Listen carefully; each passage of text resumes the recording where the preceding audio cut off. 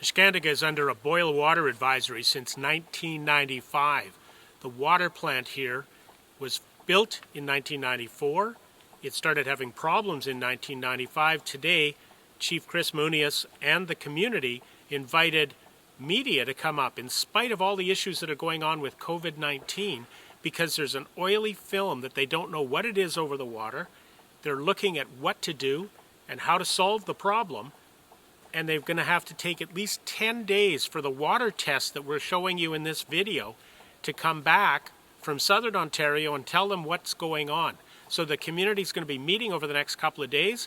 They're figuring out what to do, and they're hoping to get answers to this problem. This is James with Net News Ledger speaking to you from Neskantaga.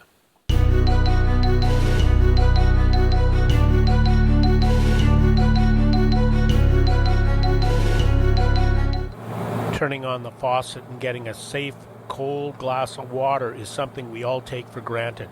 Water is a basic human right. But in Neskantaga First Nation in northwestern Ontario, even though it's surrounded by millions of clear freshwater lakes, water is an issue. Today, there's an oily scum over the water. A team from Matawa flew in to investigate why. The water treatment plant was built in 1994. By 1995, problems started to happen. This community has been under a boil water advisory since 1994. They don't believe me when I say this. That's why you guys are here to document it and tell them this is what it looks like. It's kind of tells the truth. But that's what happens when we have to.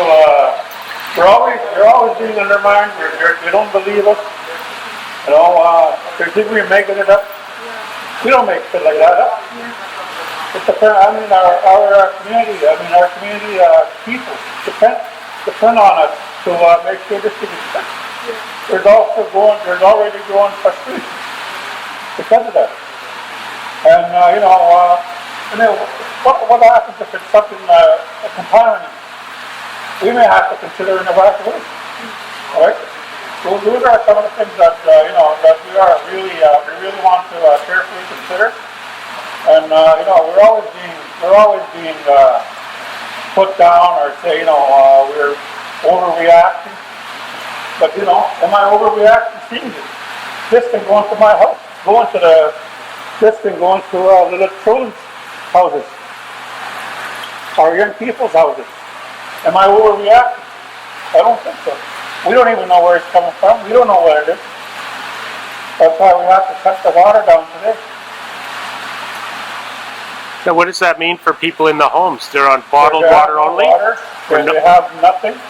They can't even boil anything because there's no water going there. They can't even take a shower. They can't even they can't clean their houses.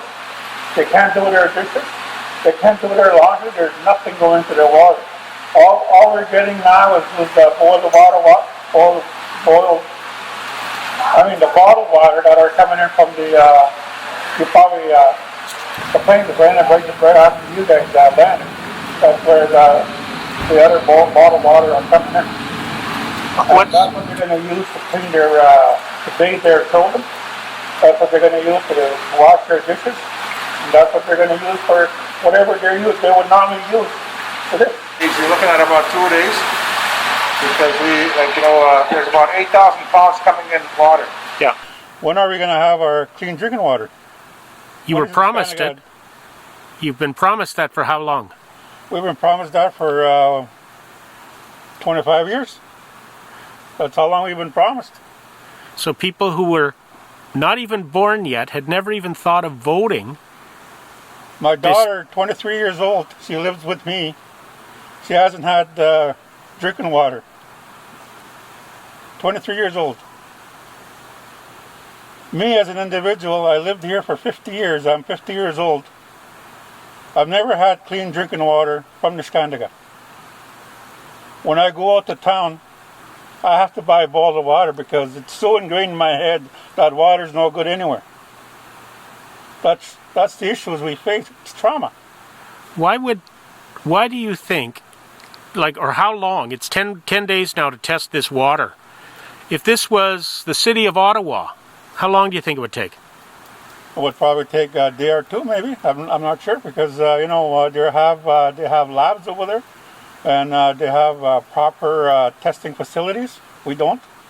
Our tests have to go somewhere, Orangeville, I think it's called, and I don't even know where it's going. But you know, and we don't get our results back until 10 days time, and we're not even sure what we're going to do in the meantime. We're not going to have any water. We may even have to consider having an evacuation, another one.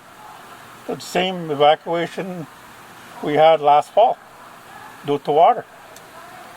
And that, you know, are we going to keep doing this? Is this the way we're going to live? Taxpayers will complain. I mean, this is a fundamental human right.